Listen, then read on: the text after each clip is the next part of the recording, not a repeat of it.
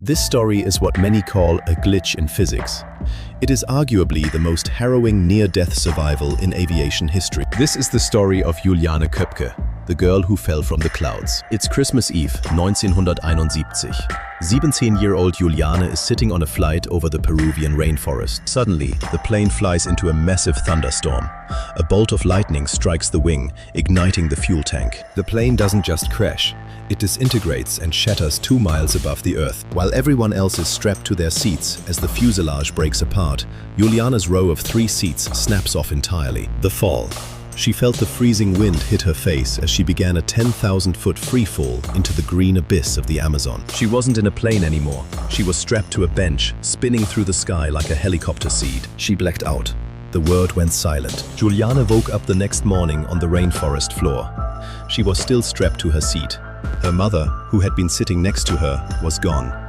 She was completely alone in the wild. Juliane had a broken collarbone, a deep gash in her arm, and her right eye was swollen shut. But she was alive. The theory?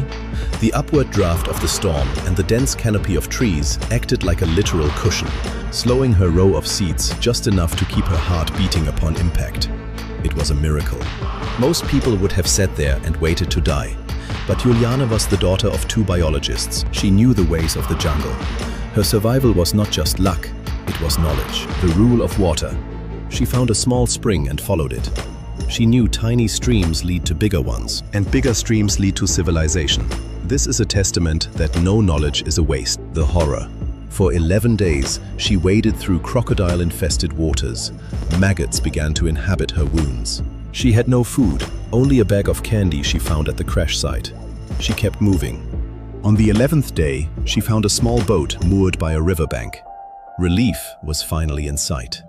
She used gasoline from a nearby motor to clean the parasites out of her arm, a trick she learned from her father. Local woodcutters found her. They thought she was a water spirit.